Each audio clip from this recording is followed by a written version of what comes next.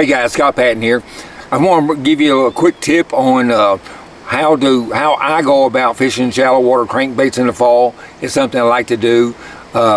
Even though your lakes are dropping, I'll still go back in the back of these creeks and stuff and fish as far back as I can get my Phoenix. And what I'm looking for is any kind of wood. I love to throw these crankbaits around, lay down trees and stumps and stuff this time of year. There's a lot of bait still back in the creeks and stuff like that, especially on these warmer days like we've had today. But you know, once that water falls and it stabilizes out is usually when that bite is the best. But when I'm fishing, you know, colored water, you know, stained water, I'm usually going to go with, you know, I use a variety of crankbaits for this, guys. I might have 2 or 3 different crankbaits tied on at a time, okay? But if you're fishing stained water, some of my favorites are going to be something in a root beer color.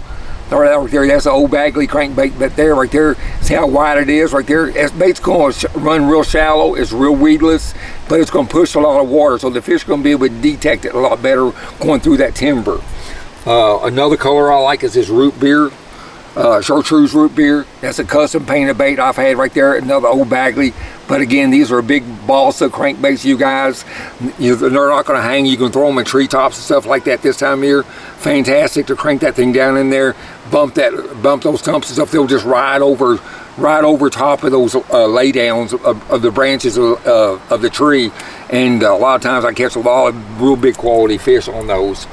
You know, I've been throwing this one here a lot on chick, but I've been throwing it more around scattered grass and stuff. This is a Lucky Craft. This bait's done real good. I mean, you've seen in some of my other videos, this bait's done real good for me.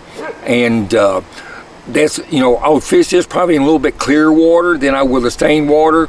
It still has a good wide wobble, okay, but it's got a good reflection to it. It's a natural looking shad color, so that's a real good bait to throw in clear water, medium to clear water, you guys.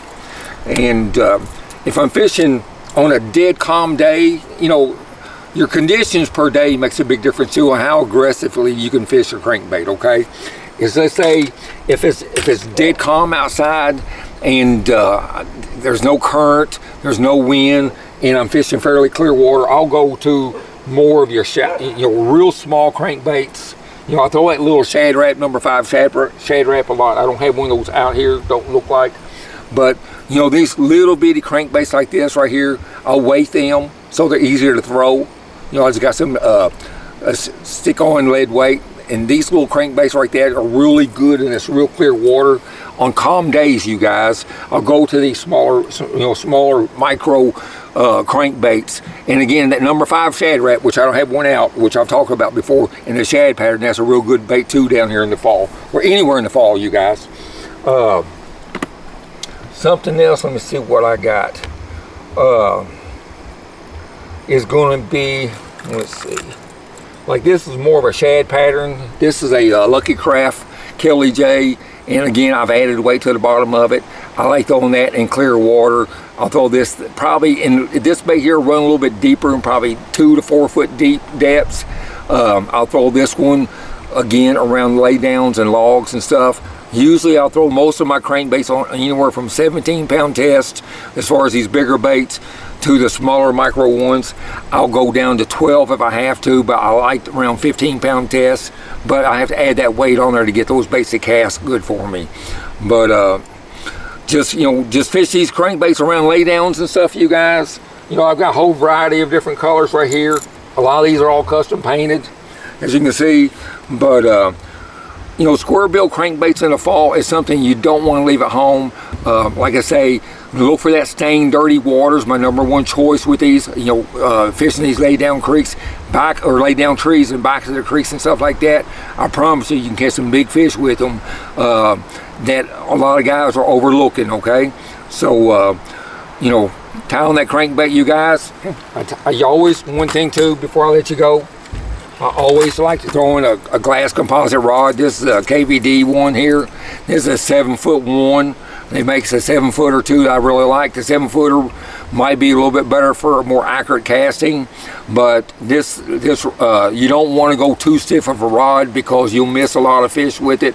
And I just can cast, and I'll get more accuracy out of a glass composite rod with a good soft tip on that rod. So you know, matching the rod up to these crankbaits is a plus. You know, even these smaller crankbaits I'm throwing, you know, I don't not, you know, I will throw them things on a spinning reel too. I'll throw a 12-pound test fluorocarbons and throw them on spinning reels like that number 5 shad wrapper in these little micro crankbaits. I'll do that if I need to, especially on a windy day. But if you add weight to them, you can get away with throwing on a 10 or 12-pound test line, and you can still, it might take you a little bit, but you can get used to throwing that crankbait on that light line, you guys. You know, I just wanted to say, you know, make sure that you don't leave your shallow watering crankbaits at home just because that water's falling. Don't think all them fish are being pulled out at the same time, especially if you find some of those creeks that have got stained water into them.